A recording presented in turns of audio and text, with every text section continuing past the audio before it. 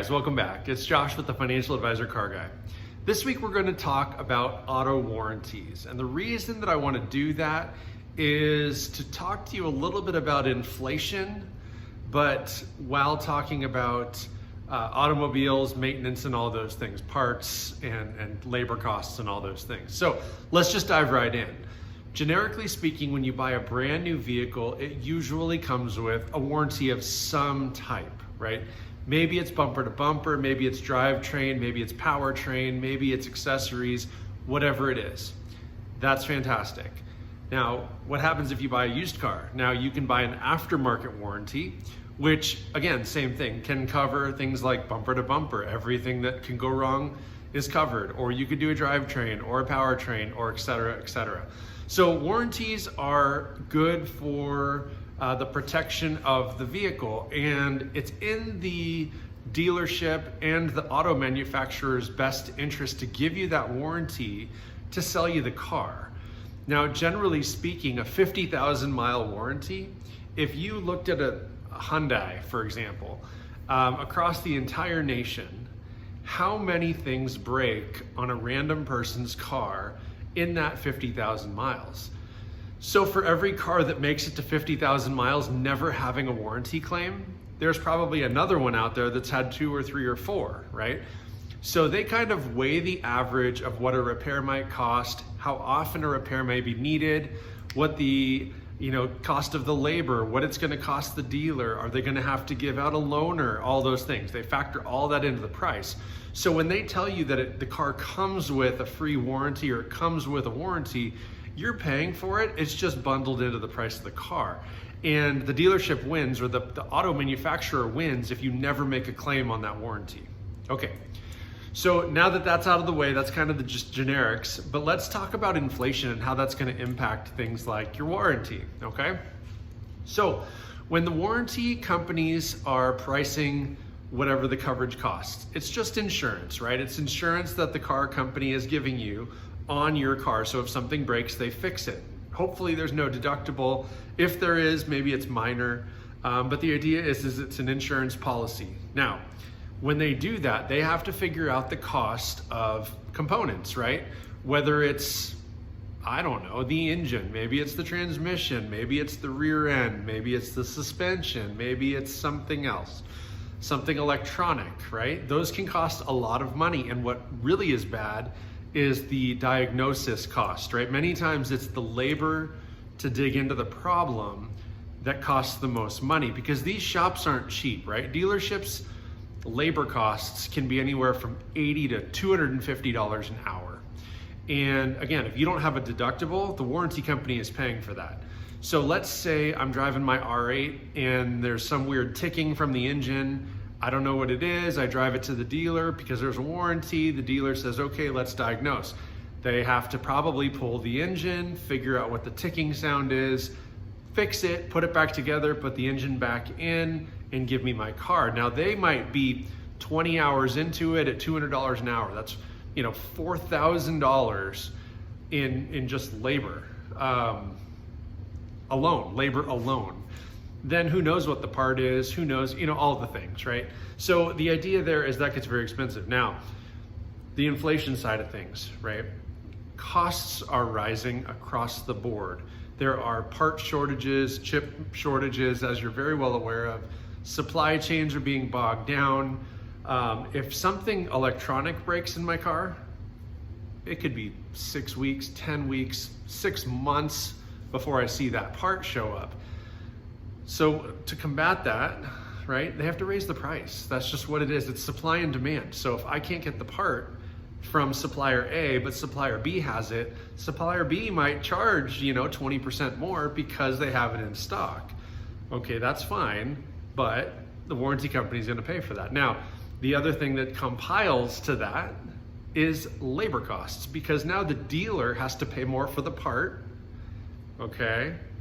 They have to then raise their labor costs so that the customer pays for that extra inflation, so to speak, the raise in cost. Now, to do that, they have to raise the employees' wages, okay? So it's a trickle-down effect. Bottom line is, I pay, or the insurance company pays, or the warranty company really is what it is, pays more for the same repair in today's world than they would have 2 or 3 or 4 years ago. So what's going to end up happening is the cost of cars, whether they're new or used, are going to go up regardless of any change, simply because that warranty or that insurance that's built into the cost of the car is included. So if they're going to have to charge more for those services, they need to recoup that by raising the cost of their cars. So when it comes to used cars, it's a great example, right? Last year, used cars were selling for more or the same as used cars, and in fact, or as new cars, I'm sorry. And in fact, a lot of used cars were appreciating in value. I mean, there's a dozen examples that I could tell you, that where somebody bought a car, drove it for a year, and was getting calls from the dealer that they wanted to buy that car back, and they were willing to pay more than what that person paid a year earlier and drove it all year. I have a friend right now who's in the process. They bought a Mach-E, just like my wife's, and different color, whatever. But they are coming from a Ford Explorer that they've had for 5 years. They paid like $28,000 for that Ford Explorer 5 years ago, and it's like a 2016. It's not even old. They paid like $28,000. The dealer today is going to give them something like $26,000 a trade. So they've had the car for 5 years and put, 50,000 miles on it, and they're only eating $2,000, something like that. And so, Scott, if you're watching this, I'm sorry if those numbers are wrong, but that's kind of fundamentally how that market's been working. So, now if you're fast forward to today's world, some of those prices are softening a little bit, right? We talked about high-end exotics last week. My Audi, I've had it a year now. It's still worth more than I paid, but I wouldn't be able to command that high level premium that I could have maybe 6 or 9 months ago. Granted, I'll still make money on it if I were to go sell it today. That's not the plan, but the idea there is prices are softening, but brand new cars are never gonna go down. You're never gonna be able to buy the next year's model for less than what you're paying for this year's model. That's just the way it works. So if you can buy, again, a good new car for the same or a little bit more than a used car, I would do that right now in today's world, right? That's today's world. I've only bought a couple new cars in my entire life, and I've had a lot of cars.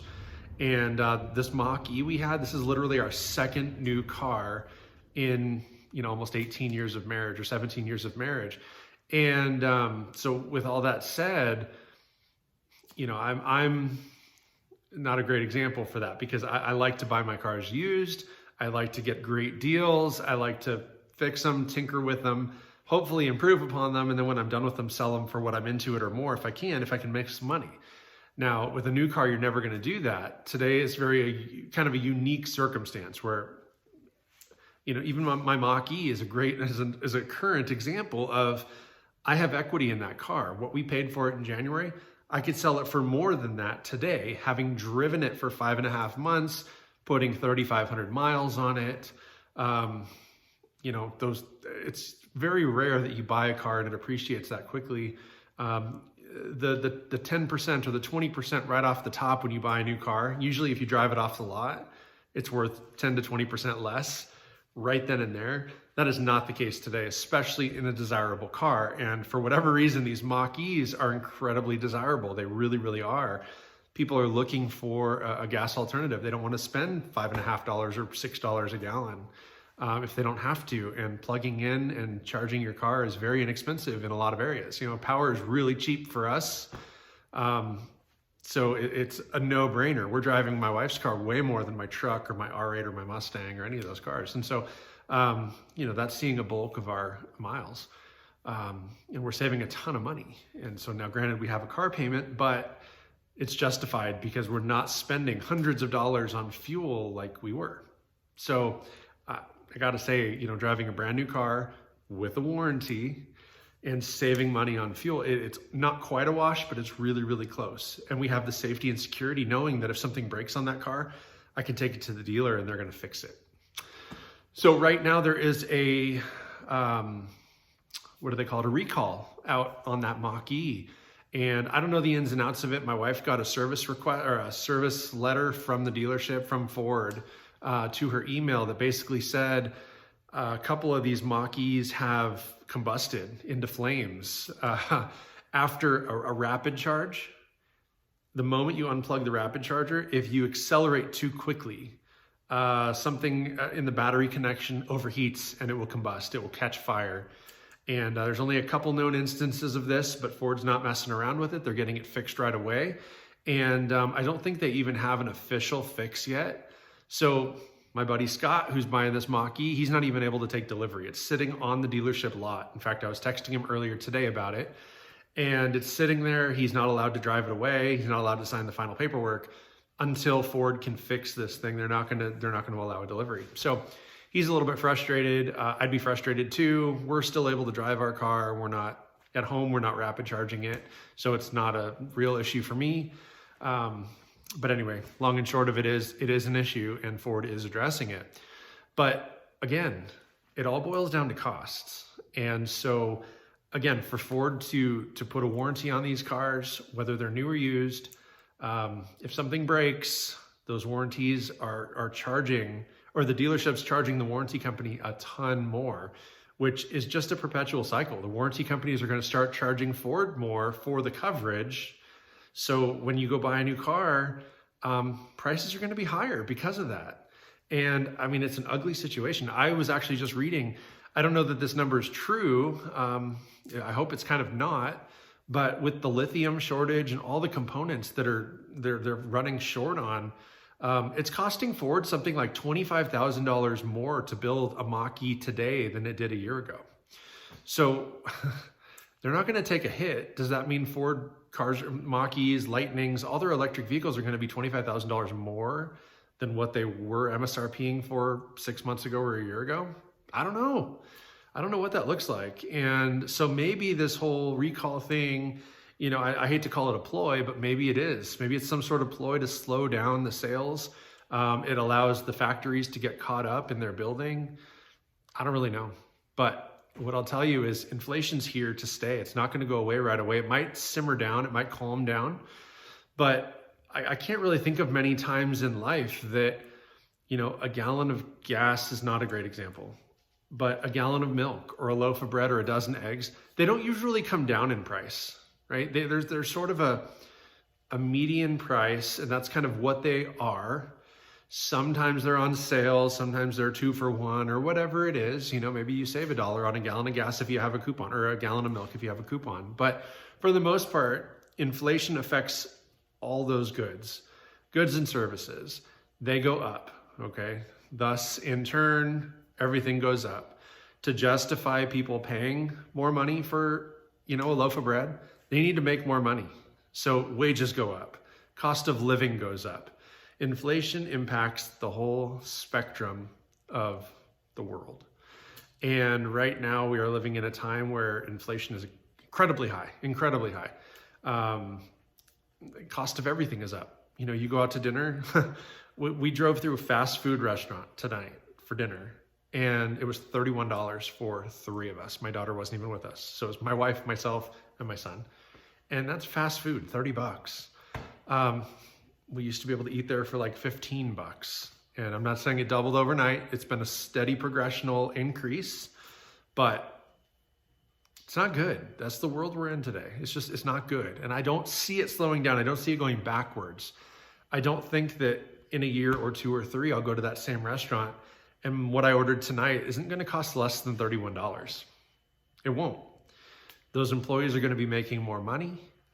Those costs, the beef, the buns, the potatoes, the ketchup, whatever, it's all going to be more, if not the same, but it'll be more. So that $31 might be $35, it might be $39, it might be $40. You know, it's so hard to say. And if I'm going to pay $40 for dinner, I'm not going to go to a fast food restaurant, right?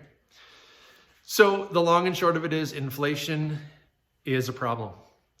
There's not an easy answer, but I would say that if you can combat it, do it. You know, I don't know exactly what that looks like for you. What it looks like for me is that electric car. We're saving a ton of money on fuel, right? We did finance that car, but we got an extremely low rate, extremely low, like sub 3% rate on that car. And that was through Ford Credit. We didn't even have to go to a bank or do anything. In fact, Ford's credit system was cheaper than my credit union. So we got the best rate possible. We both have stellar credit. So we got the best rate they'd give us. We're paying very little in interest, which again, the interest is negligible. It's not a big deal. It's not a big problem. It's not going to go up. It's fixed, it's fixed. It's for the life of that loan. And we bought a warranty that extends out beyond the end of the life of the loan. So even once the car is paid off, we're going to have warranty for quite a while. And if there's anything that ever goes wrong with this car, we just take it right to the dealer. They fix it. It's not my problem anymore because I've already paid for it. But if I'm going to go buy a new car today, be aware, warranties are going up in value or price. And that's where you have to decide if it's valuable enough for you to spend the money on. Is an aftermarket warranty necessary? No. Depending on the car, you can probably fix it yourself. Or if you know the history of the car, maybe you don't think that it needs a warranty. That's up to you. I can't tell you that.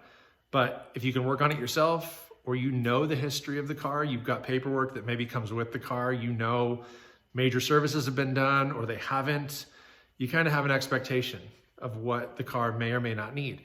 The other thing you can do is look online. There's forums for every make, every model, okay? Everything. They're out there. Go find a forum. Ask the questions. What are common problems with the first gen Audi R8, right?